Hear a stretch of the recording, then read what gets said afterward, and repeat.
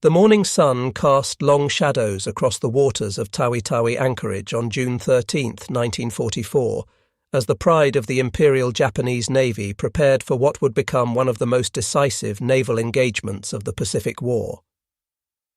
Among the warships assembled in this remote corner of the southwestern Philippines, the aircraft carrier Shokaku stood as a testament to Japanese naval engineering and ambition. Her flight deck, stretching nearly 850 feet, had launched the aircraft that attacked Pearl Harbor 30 months earlier. Now, she was about to embark on her final voyage, though neither her crew of 1,663 men nor their commanding officers could have foreseen the submarine that would seal her fate just 6 days later. Vice Admiral Jisaburo Ozawa watched from the bridge of his flagship as the combined elements of the first mobile fleet began their departure sequence. The formation was impressive by any standard. 3 fleet carriers, including Shokaku and her sister ships Zuikaku and Taiho, accompanied by an array of supporting vessels. The heavy cruisers Atago, Takao, Maya and Chokai took their screening positions, while 13 destroyers formed a protective ring around the capital ships. This represented the last great concentration of Japanese carrier power in the Pacific, a force that had once dominated the ocean from Hawaii to the Indian Ocean. The fleet's departure from Tawi-Tawi was not merely another sortie. It represented Japan's desperate gamble to reverse the tide of war that had turned decisively against them since Midway. As the anchor chains rattled up through the hawse holes and the great vessels began to move, thousands of sailors stood at their posts, unaware that within a week, over 1,200 of them would perish in the warm waters of the Philippine Sea. The destination was the Mariana Islands, where American forces had begun their assault on Saipan. The mission was nothing less than the destruction of the U.S. Pacific Fleet's carrier force. The strategic situation facing Japan in mid-1944 was catastrophic. The empire that had expanded so rapidly in 1941 and early 1942 was now contracting under relentless American pressure. The loss of the Gilbert Islands, the neutralization of Truk, and now the American invasion of the Marianas represented more than territorial losses. They signaled the approaching endgame of the Pacific War. Saipan, in particular, held special significance. Its capture would place American B-29 Superfortress bombers within range of Tokyo itself, bringing the war directly to the Japanese homeland for the first time since the Doolittle Raid. Admiral Soemu Toyoda, Commander-in-Chief of the combined fleet, understood the gravity of the situation perfectly. The loss of the Marianas would sever Japan's communications with its resource-rich southern territories and expose the home islands to devastating strategic bombing. In response, he authorized Operation A-Go, a complex plan that sought to leverage Japan's remaining advantages. The longer range of its carrier aircraft, land-based aviation support from island airfields, and the superior training of its battleship gunners in night combat. The plan called for the mobile fleet to engage the American carriers in a decisive battle while they were committed to supporting the amphibious operations at Saipan. Yet the Japanese Navy of 1944 bore little resemblance to the force that had stunned the world at Pearl Harbor. The attrition of experienced pilots was perhaps the most critical weakness. The veterans who had executed the precision attacks at Pearl Harbor, Darwin and Colombo were mostly dead, victims of the grinding battles at Midway, the Solomons, and the Santa Cruz Islands. Their replacements, rushed through abbreviated training programs, possessed neither the skill nor the experience of their predecessors. Many of the pilots aboard Shokaku and her sister carriers had fewer than 200 flying hours, compared to the 800-plus hours of their American counterparts. The fuel situation presented another critical vulnerability. Japan's merchant marine, systematically hunted by American submarines, could no longer reliably transport refined fuel from the East Indies to the home islands. The mobile fleet was forced to operate on unrefined Tarakan crude oil, pumped directly from Borneo's wells into the ship's bunkers. This heavy sulphurous petroleum produced thick black smoke, clogged boilers, and reduced the fleet's maximum speed. Engine room crews worked in hellish conditions as the crude oil released toxic fumes that made extended operations below decks nearly unbearable. Despite these handicaps, Ozawa's fleet remained formidable on paper. The Japanese had assembled 9 aircraft carriers carrying approximately 440 aircraft, supported by 5 battleships including the mighty Yamato and Musashi, 13 cruisers, and 28 destroyers. This force would face Admiral Raymond Spruance's Fifth Fleet, which boasted 15 carriers with 956 aircraft, 7 battleships, 21 cruisers, and 69 destroyers. The Americans held decisive advantages in numbers, pilot quality, radar technology, and logistics, but Ozawa hoped that careful tactics and the element of surprise might offset these disadvantages. The strategic chess match between Ozawa and Spruance began even before the fleets departed their respective anchorages. Japanese naval intelligence had correctly identified the Marianas as the next American target, allowing Ozawa to pre-position his forces for a counterstrike. The admiral's plan was elegant in its conception. He would keep his carriers beyond the range of American aircraft, while using his own longer-ranged planes to strike the U.S. fleet. Japanese carrier aircraft, stripped of armor and self-sealing fuel tanks to save weight, could attack from 300 miles away, while American planes had an effective combat radius of only 200 miles. Ozawa also counted on support from over 500 land-based aircraft stationed at airfields on Guam, Rota, Tinian, and Yap. These planes would execute preliminary attacks on the American fleet, weakening it before the carrier engagement. The combined assault of land and carrier-based aviation would, in theory, overwhelm the American defenses and create opportunities for decisive strikes. The Japanese admiral positioned his fleet in 3 groups: Van Force under Vice Admiral Takeo Kurita with the light carriers, Force A with Ozawa himself aboard Taiho along with Shokaku and Zuikaku, and Force B under Rear Admiral Takagi Joshima with the remaining carriers. Admiral Spruance, commanding the American forces, faced a complex tactical problem. His primary mission was to protect the amphibious forces at Saipan, but he also needed to engage and destroy the Japanese fleet if the opportunity arose. Intelligence reports from coast watchers and signals intercepts indicated that a major Japanese naval force was approaching, but its exact composition and intentions remained unclear. Spruance positioned his Task Force 58, divided into 4 carrier groups, to the west of the Marianas, creating a barrier between the Japanese and the invasion beaches. The submarine force under Admiral Charles Lockwood played a crucial but often overlooked role in this strategic positioning. Lockwood had studied Japanese naval patterns and correctly anticipated that any relief force would pass through the Philippine Sea. He positioned his submarines in a scouting line, creating what he called the NA line, a series of patrol zones that would serve as an early warning system. 4 submarines, Albacore, Bang, Finback, and Stingray, were positioned at precise coordinates, forming a net through which the Japanese fleet would likely pass.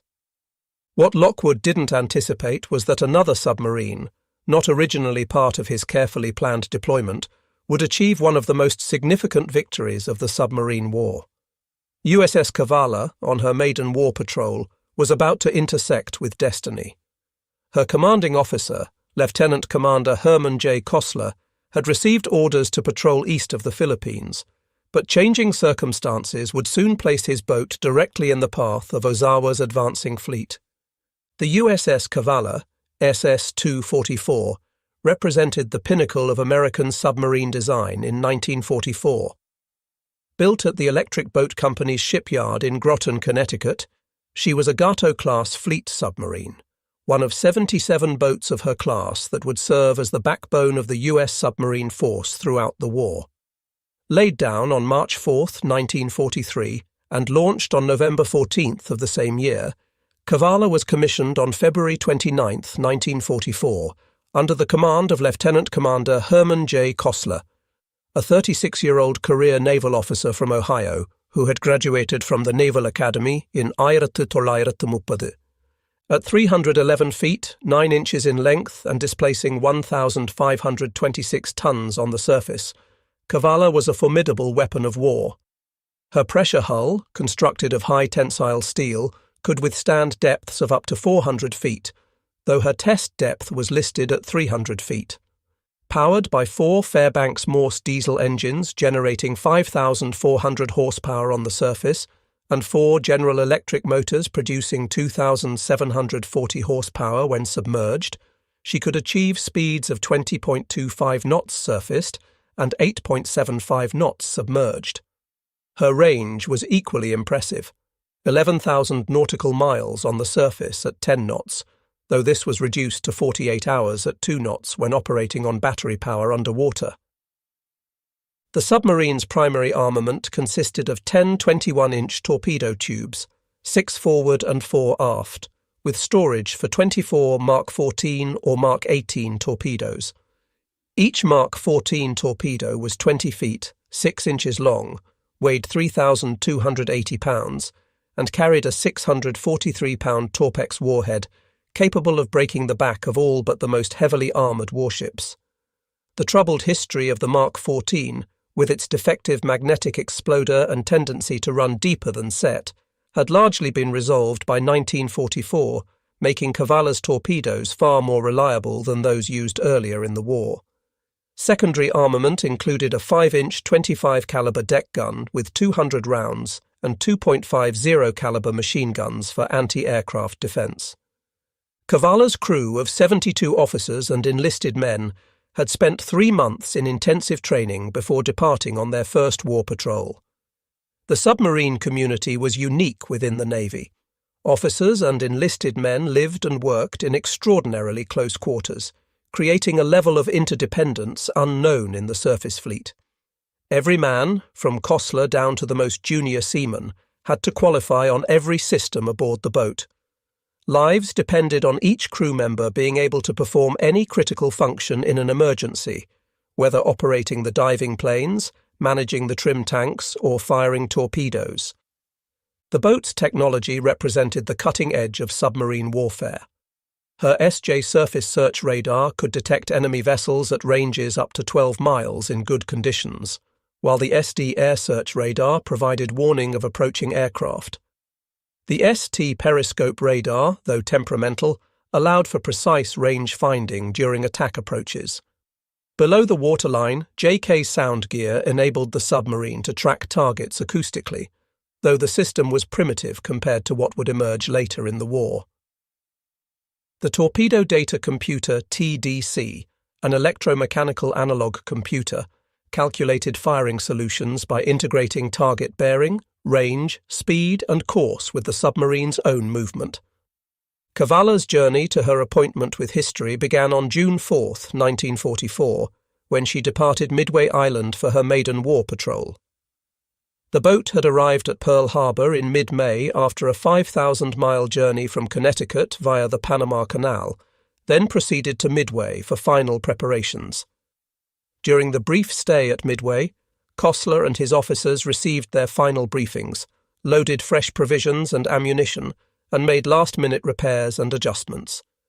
The crew took what they knew might be their last liberty in civilization, though Midway offered far fewer amenities than Pearl Harbor.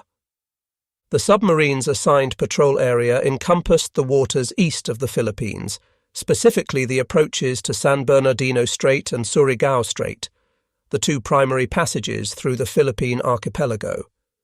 These strategic waterways served as highways for Japanese naval and merchant traffic moving between the home islands and the resource-rich territories of the Netherlands East Indies. Kostler's orders were to interdict enemy shipping, gather intelligence on Japanese naval movements, and serve as a scout for the larger American operations unfolding to the east.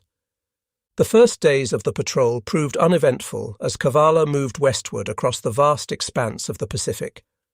The crew settled into the monotonous routine of submarine operations, 4 hours on watch, 8 hours off, with the off-duty time split between sleeping, eating, and maintaining the boat's complex machinery. The submarine ran on the surface at night, her diesels charging the massive battery banks while making good speed toward the patrol area.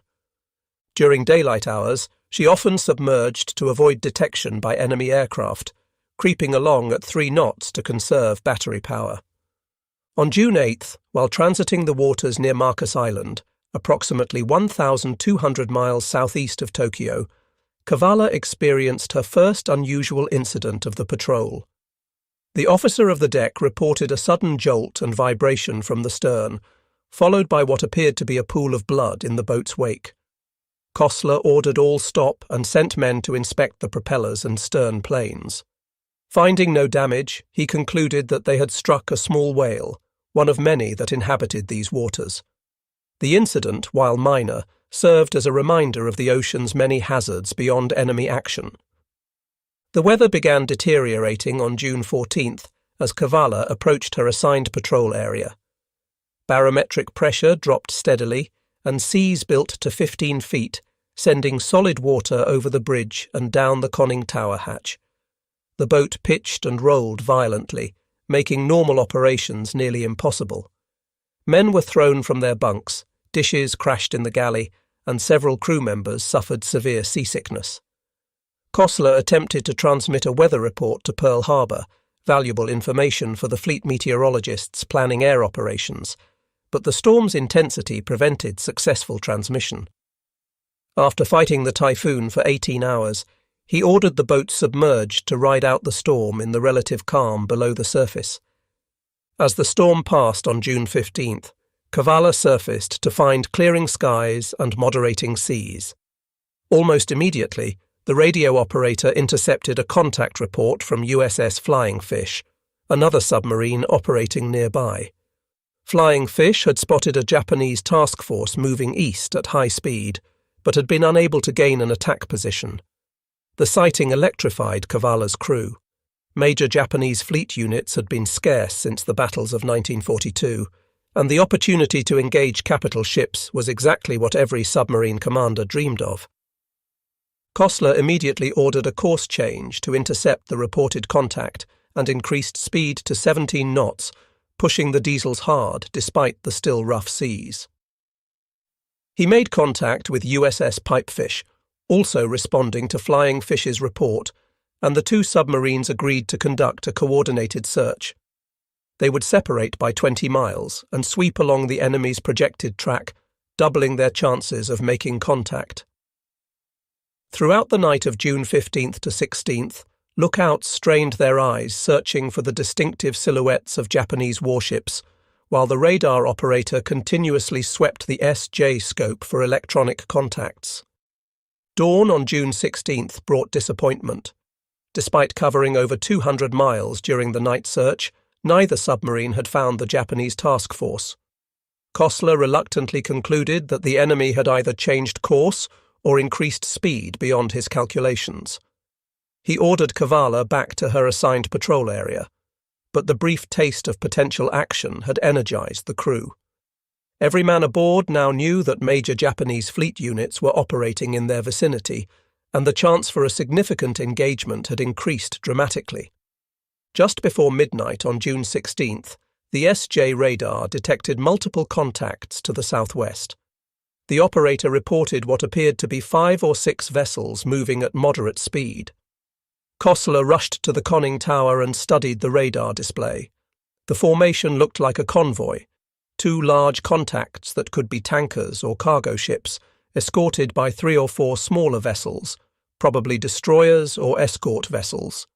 This was exactly the type of target submarines were expected to engage, and Kostler ordered battle stations as Kavala began her approach. The attack approach proved frustrating. The Japanese escorts were alert and aggressive, constantly pinging with active sonar and making random course changes. Every time Kavala maneuvered into a favorable position, a destroyer would suddenly turn toward them, forcing Kostler to go deep and evade. After 3 hours of cat-and-mouse maneuvering, during which the submarine never got closer than 4,000 yards to the main targets, a destroyer charged directly at Kavala's position. Kostler ordered an emergency dive to 300 feet, rigged for silent running, and waited as the escort passed overhead, the sound of its screws clearly audible through the hull. When Kavala finally surfaced at 0200 on June 17th, the convoy had vanished into the darkness. Kostler was frustrated but philosophical. Such was the nature of submarine warfare. What he didn't know was that the convoy he had been pursuing consisted of fleet oilers supporting Ozawa's mobile fleet. Had he successfully attacked these vessels, the Japanese carriers would have been forced to curtail their operations due to fuel shortage.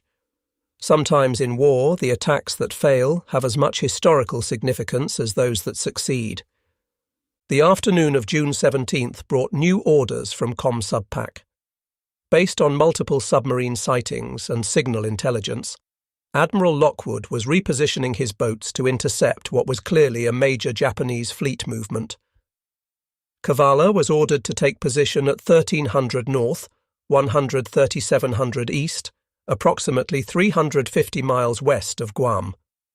Kostler plotted the new position and ordered a course change, pushing the boat hard to reach the assigned coordinates before the expected Japanese arrival.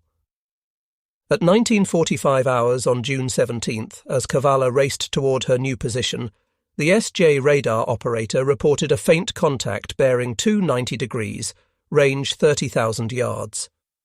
The contact was intermittent, appearing and disappearing with each radar sweep, suggesting it was at the extreme range of the equipment. Kostler ordered a course change to close the contact and increased speed to maximum.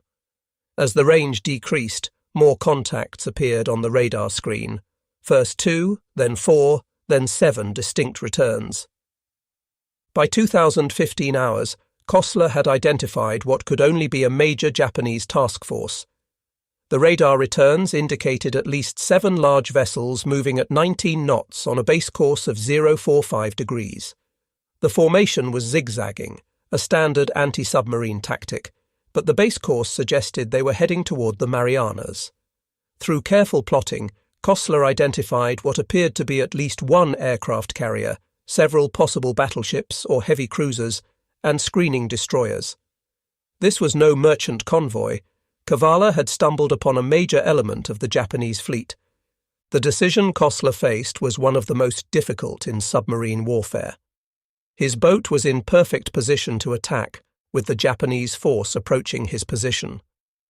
A spread of torpedoes fired at the right moment could damage or sink a capital ship. But Kostler also understood the strategic importance of his discovery. Admiral Spruance's fleet needed to know the location, composition and course of this Japanese force. The information was potentially more valuable than any damage Kavala alone could inflict. After a brief consultation with his executive officer, Kostler made the harder choice. He would forego the attack and surface to transmit a contact report. Surfacing a submarine in proximity to enemy warships violated every instinct of submarine warfare, but Kostler knew the stakes. At 21:45, after the Japanese force had passed beyond visual range, Kavala surfaced into the tropical darkness. The radio operator immediately began transmitting the contact report on the submarine force frequency. Large enemy task force latitude 13 degrees north, longitude 136, degrees 30 minutes east base, course 045, speed 19, knots composition, at least one carrier, several battleships or cruisers, multiple destroyers. The message was received at Pearl Harbor and immediately relayed to Admiral Spruance aboard USS Indianapolis. This was the first definitive report of the approaching Japanese carrier force, confirming what American intelligence had suspected. Spruance now knew that a major fleet engagement was imminent and could position his forces accordingly. The Battle of the Philippine Sea, though Kostler didn't know it at the time, had effectively begun with Kavala's contact report. After transmitting the message and receiving acknowledgement, Kavala submerged and attempted to regain contact with the Japanese force. Despite running at maximum submerged speed, the submarine could not overtake the faster surface ships. By dawn on June 18th, Kostler reluctantly abandoned the pursuit and returned to his assigned patrol position. The crew was disappointed at missing an attack opportunity, but Kostler assured them that their contact report had been invaluable to the fleet. Little did they know that their most significant contribution was yet to come. Throughout June 18th, Kavala remained submerged during daylight hours, surfacing only briefly after dark to receive radio traffic and recharge batteries.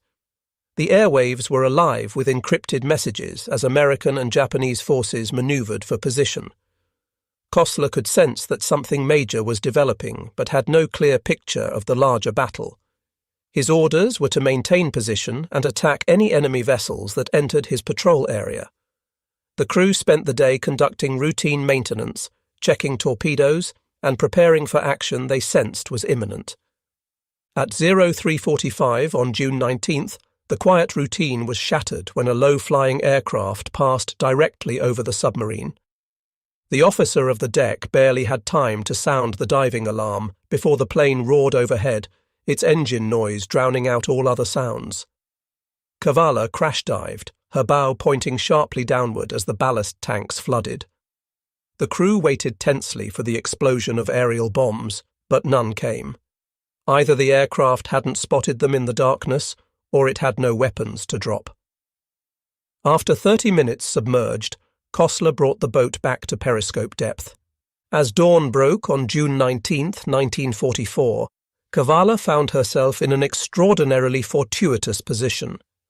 Unknown to Kosler, the complex movements of the Japanese and American fleets had placed his submarine directly in the path of Ozawa's main carrier force. The Japanese admiral, believing his position still undetected, had launched his first strike wave against the American carriers at 08:30. Now, as these aircraft departed, the Japanese carriers turned into the wind to recover their combat air patrol and prepare for subsequent launches. At 10:48, Kavala's sound operator reported high-speed screws bearing 070 degrees. Kosler raised the periscope for a brief observation and immediately ordered it lowered. On the horizon, he had spotted the pagoda-style masts characteristic of Japanese warships. He ordered battle stations submerged, and the crew rushed to their combat positions with practiced efficiency.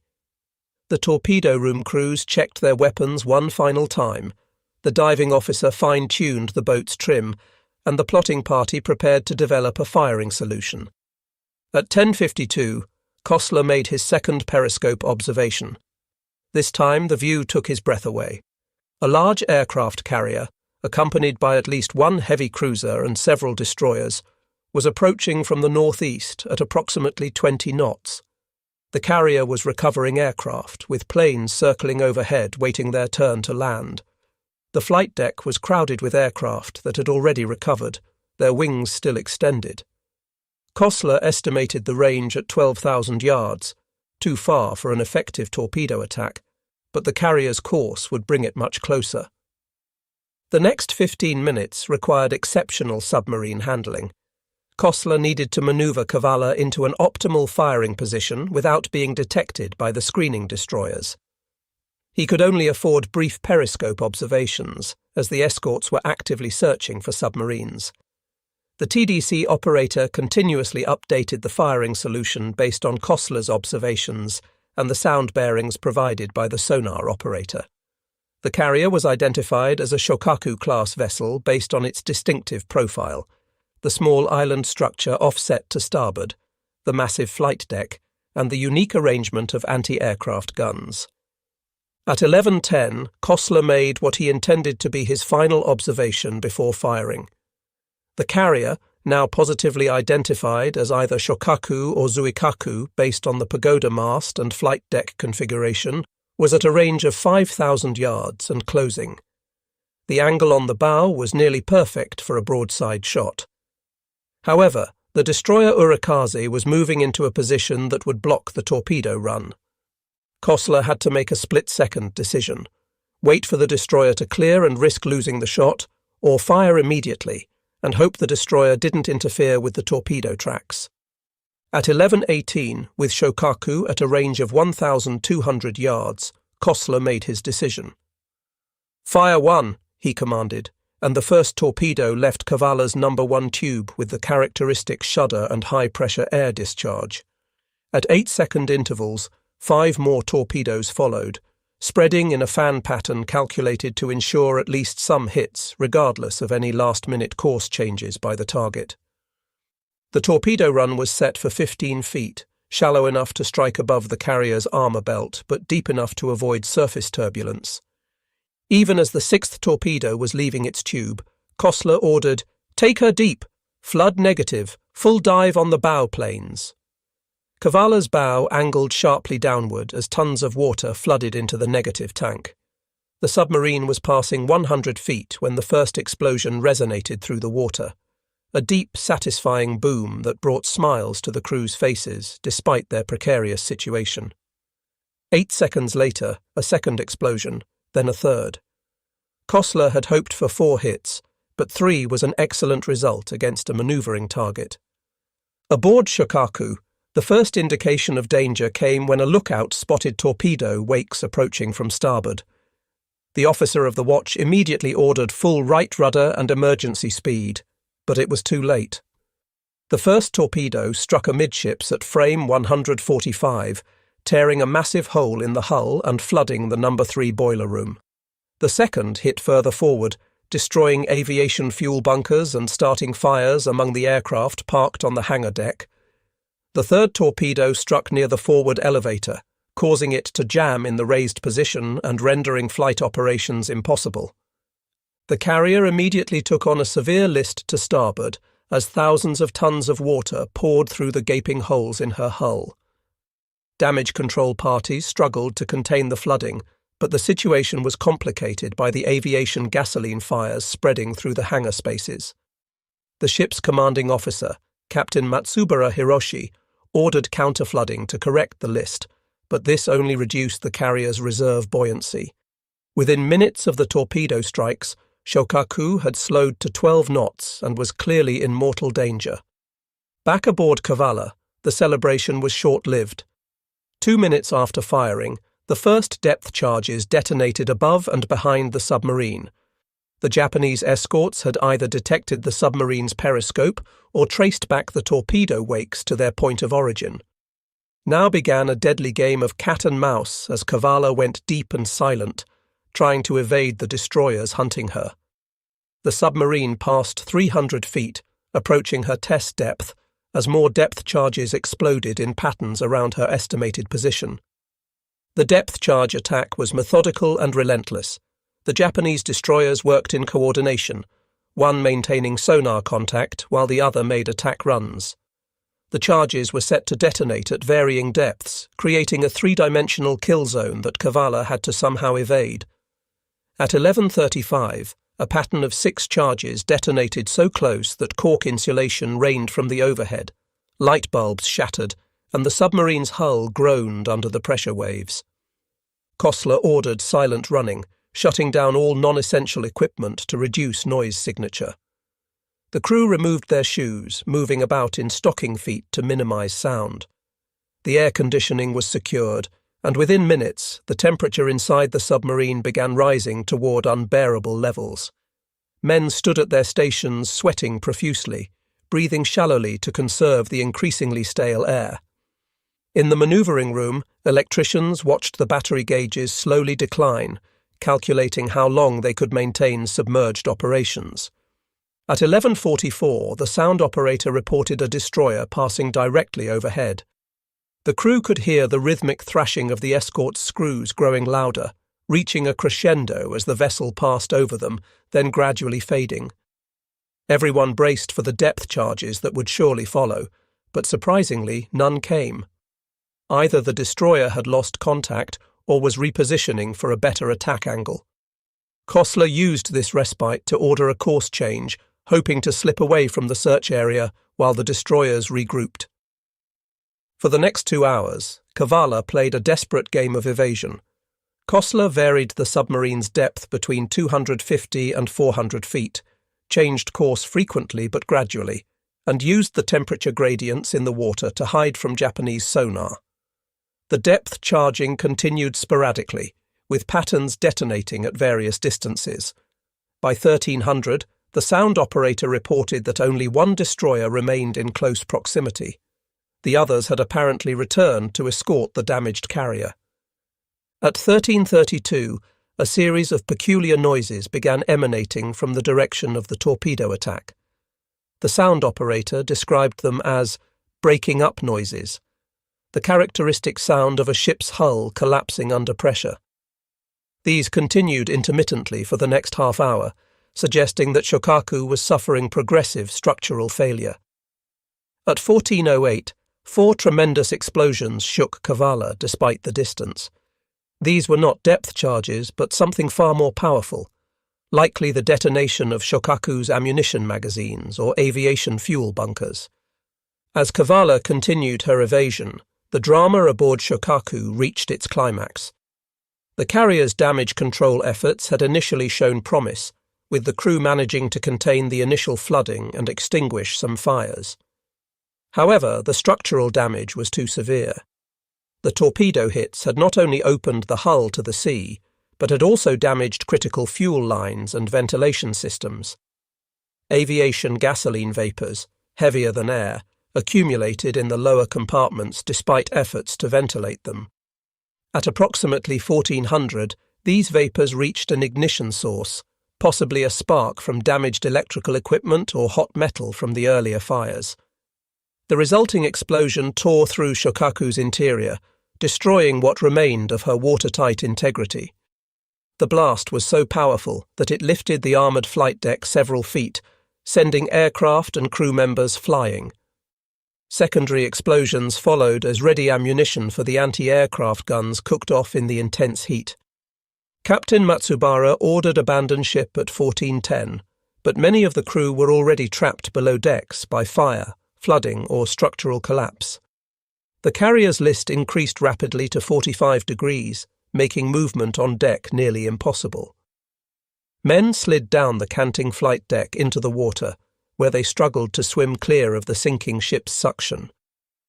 The destroyer Urakaze and light cruiser Yahagi moved in to rescue survivors, their crews throwing lines and life rings to men in the water. At 15:01, Shokaku capsized to starboard and sank stern first. As she went down, more explosions erupted from within her hull, possibly from boilers contacting cold seawater or remaining ammunition detonating. The carrier that had launched the attack on Pearl Harbor participated in the Coral Sea battle and survived numerous engagements throughout the war, finally met her end in the depths of the Philippine Sea. Of her crew of 1,663 officers and men, 1,272 perished, including Captain Matsubara, who chose to go down with his ship. Approximately 570 survivors were rescued by the Japanese escorts. The strategic impact of Shokaku's loss extended far beyond the elimination of a single carrier.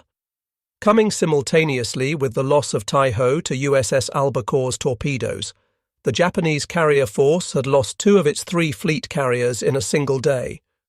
More critically, hundreds of aircraft and irreplaceable aircrew were lost. The Japanese naval aviation, already weakened by attrition, would never recover from the losses suffered on June 19, 1944, a day that would become known to American aviators as the Great Marianas Turkey Shoot. By 1500, Kavala's battery was approaching exhaustion, and the air inside the submarine was barely breathable. Carbon dioxide levels had risen to dangerous levels, causing headaches and lethargy among the crew. Kosler made the decision to come to periscope depth despite the possibility of enemy destroyers still searching for them. To his relief, the periscope revealed empty ocean in all directions. The Japanese escorts had departed, either to rescue Shokaku survivors or to rejoin what remained of their carrier force. At 1900, after more than 7 hours submerged, Kavala surfaced into the tropical twilight. The crew immediately started the diesel engines, bringing blessed fresh air into the fetid submarine. Men stumbled topside, gulping the clean ocean air and cooling themselves in the spray breaking over the bow. The batteries began their long recharge cycle, and the air conditioning was restored, gradually bringing the interior temperature down from its peak of 125 degrees Fahrenheit. Kosler's first priority was to report the attack to Pearl Harbor. The radio operator transmitted, attacked Shokaku-class carrier 3 hits, observed heavy explosions heard after going deep, believe target sank position, 1150 North 13757 East. The message was received with jubilation at submarine headquarters. Admiral Lockwood himself drafted the reply, "Well done, Kavala, your achievement beyond expectations." The submarine continued her patrol for another 6 weeks, though no action would match the intensity of June 19th. On July 1st, Kavala arrived at the newly captured port of Saipan for fuel and provisions. The scene that greeted them was surreal. Hundreds of ships anchored in the harbour, the island still smoking from the ongoing battle, and the constant thunder of naval gunfire supporting marine operations ashore.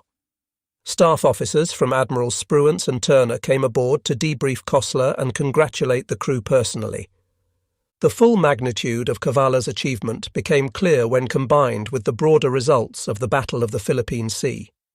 The Japanese had lost 3 aircraft carriers, over 600 aircraft, and suffered irreplaceable losses in trained aircrew. The mobile fleet, Japan's last hope for offensive naval operations, had been effectively destroyed as a fighting force. While the war would continue for another 14 months, Japan's fate had been sealed in the waters of the Philippine Sea.